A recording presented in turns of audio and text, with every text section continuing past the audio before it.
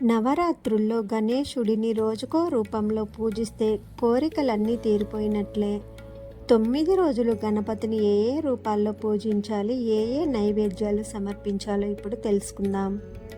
మొదటి రోజున అంటే భాద్రపద శుద్ధ చవితి నాడు వరసిద్ధి గణపతిగా పూజలు అందుకుంటాడు గణేశుడు. ఈ రోజున గణపతికి ఉండ్రాళ్లను నైవేద్యంగా సమర్పిస్తారు. రెండవ రోజున గణనాథుడిని వికట గణపతిగా పూజించి అటుకులతో చేసిన ఏదైనా ప్రసాదంగా సమర్పిస్తారు.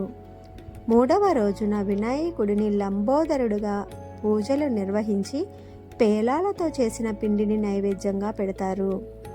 నాలుగవ రోజున గజానన రూపంలో పూజలు చేసి చెరకును నైవేద్యంగా పెడితే సంతాన భాగ్యం కలుగుతుందని భక్తుల నమ్మకం. ఐదవ రోజున మహోదర రూపంలో గణపతిని కొలిచి కొబ్బరిని నివేదికగా సమర్పిస్తే అష్టైశ్వర్యాలు కలుగుతాయని అంటున్నారు. ఆరవ రోజున ఏకదంత రూపంలో పూజ చేసి నువ్వులను నైవేద్యంగా సమర్పిస్తే ఆత్మస్థైర్యం ప్రసాదిస్తాడు విఘ్నాధిపతి. ఏడవ రోజున వక్రతుండ రూపంలో పూజించి అరటి పండ్లను నైవేద్యంగా పెడితే ఉద్యోగాలు రావడమే కాకుండా ఆర్థికంగా బలపరుతారు. ఎనిమిదవ రోజున విఘ్నరాజు రూపంలో పూజించి సత్తు పిండిని నైవేద్యంగా పెడితే సిరి సంపదలు కలుగుతాయి. తొమ్మిదవ రోజున ధూమ్రవర్ణుడి రూపంలో పూజించి నేతి అప్పాలను నివేదికగా సమర్పిస్తే ఏ పని చేసినా సత్ఫలితాలు లభిస్తాయి. ఇలా 9 రోజులు 9 రకాలుగా నైవేద్యాలు సమర్పించిన వారి కోరిన కోరికలు తీరుస్తాడు గణాధిపతి వినాయకుడు. ఈ నవరాత్రుల్లో తప్పక వినవలసిన కథ ఏమిటో ఇప్పుడు తెలుసుకుందాం.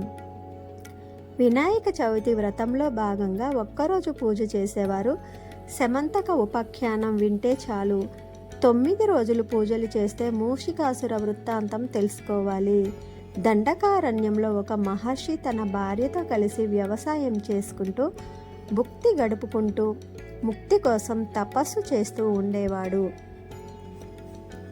అనింద్యుడనే మూషికరాజు వారు కష్టపడి పండించిన పంటను హరిస్తూ ఉండడంతో పాటు వారికి ఎప్పుడూ చాలా కష్టంగా ఉండేది.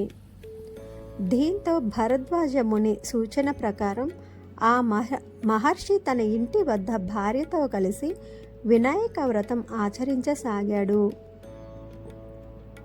ఉద్యాపన చేస్తుండగా మూషికరాజు గణపతి నివేదనలు కూడా హరించడంతో మహర్షి భార్య అసురుడవై జన్మించు అని మూషికరాజుని శపించింది.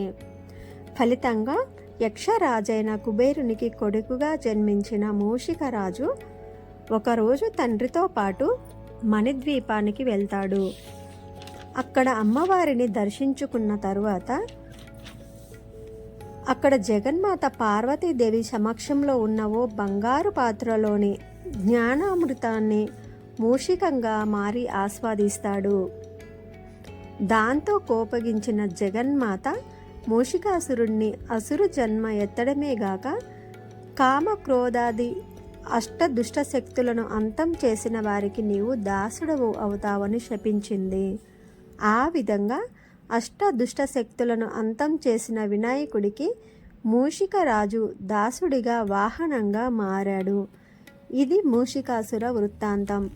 వినాయక చవితి రోజు తెలిసి కానీ తెలియక కానీ చంద్రుణ్ణి చూసినట్లయితే ఆ కథ చదివి గణపతి దగ్గర గుంజీలు తీసి అక్షింతలు చల్లుకుంటే గణపతి శాంతిస్తాడని, శాపం ప్రభావం ఉండదని పురాణాల ద్వారా తెలుపబడింది. ఓం శ్రీ మహాగణాధిపతయే నమః.